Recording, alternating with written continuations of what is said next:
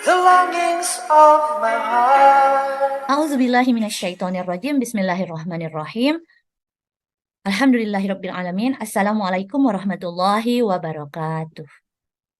Alhamdulillah, Rabbis rahli sadri wa yassirli amri wahlul 'uqdatam min lisani yafqahu qawli. Allahumma shalli ala Muhammad wa ala alihi wa sahbihi wa sallim. Baiklah rekan-rekan yang berbahagia, terima kasih atas kehadirannya. Mari kita lanjutkan pada sesi yang ke-11. Inisiasi 11, manajemen strategik, evaluasi dan pengendalian strategik.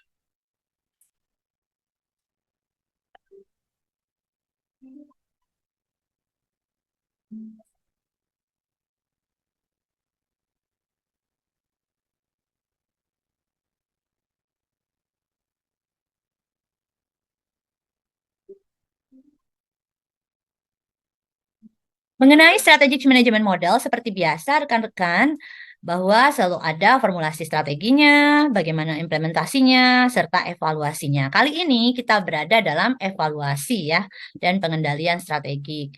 Jadi penjelasan semuanya nanti kita diskusikan pada saat tutorial webinar. Kemudian di antara matriks atau aplikasi dalam urusan evaluasi strategik ini, ada berbagai pertanyaan. Misalnya dalam slide yang ada dalam bahan ajar dalam e-learning kita. Ya, di e-learning. Jadi semuanya kita gali informasi ini bersamaan dengan mereview beberapa paper dalam jurnal yang sudah ada informasinya dalam e-learning yang kita punya di masing-masing akun rekan-rekan mahasiswa. Jadi, secara singkat, dalam konteks mata kuliah manajemen strategik pada sesi ke-11 ini, kita mesti memahami bahwa evaluasi dan pengendalian strategi mencakup topik-topik yang tentu saja biasanya bagi rekan-rekan yang berada dalam departemen ini di organisasi sudah mengetahui, dan dengan mempelajari bab ini kita makin memahami teori yang ada, tidak hanya sekedar biasanya mengikuti perintah dari atasan yang ada di perusahaan kita. Misalnya topik-topik itu adalah bagaimana implementasi pemantauan kinerja dalam pengendalian strategik ya. Jadi pengukuran kinerja yang berkelanjutan tentu saja ada departemen sumber daya manusia yang memberikan informasi mengenai standar yang telah ditetapkan dalam rencana strategis, misalnya demikian. Kemudian topik lainnya berkenaan tentang analisis varians, jadi mengidentifikasi penyimpangan antara hasil yang diharapkan dan hasil aktual. Nah, jadi kita akan memahami hal itu dengan semakin membaca analisis dan contoh nyata dalam paper atau riset kajian empiris yang bisa kita lihat dalam bahan ajar. Kemudian menganalisis penyebab dari varian tersebut.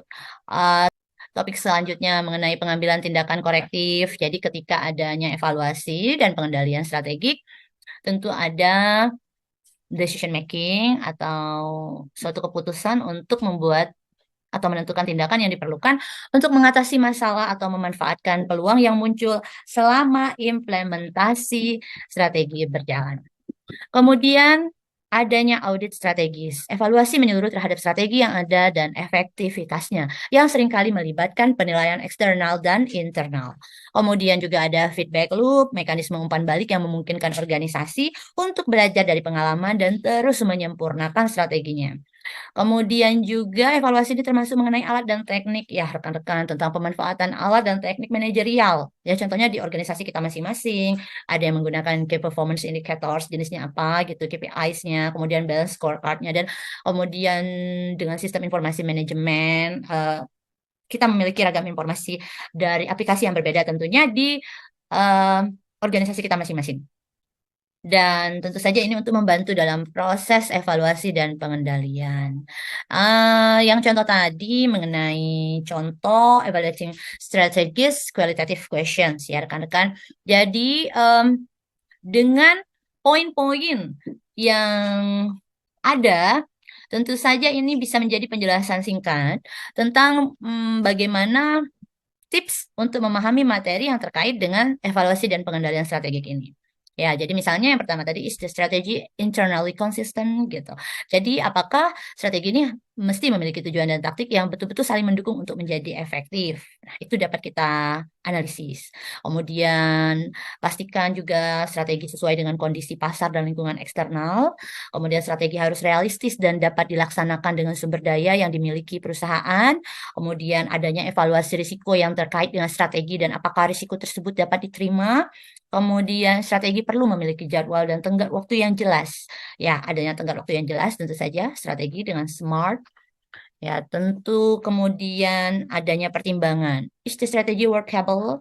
Jadi apakah strategi tersebut praktis dan dapat diterapkan? Soalnya kebanyakan laporan dari perusahaan, terutama public sector, itu ada strategi yang hebat banget.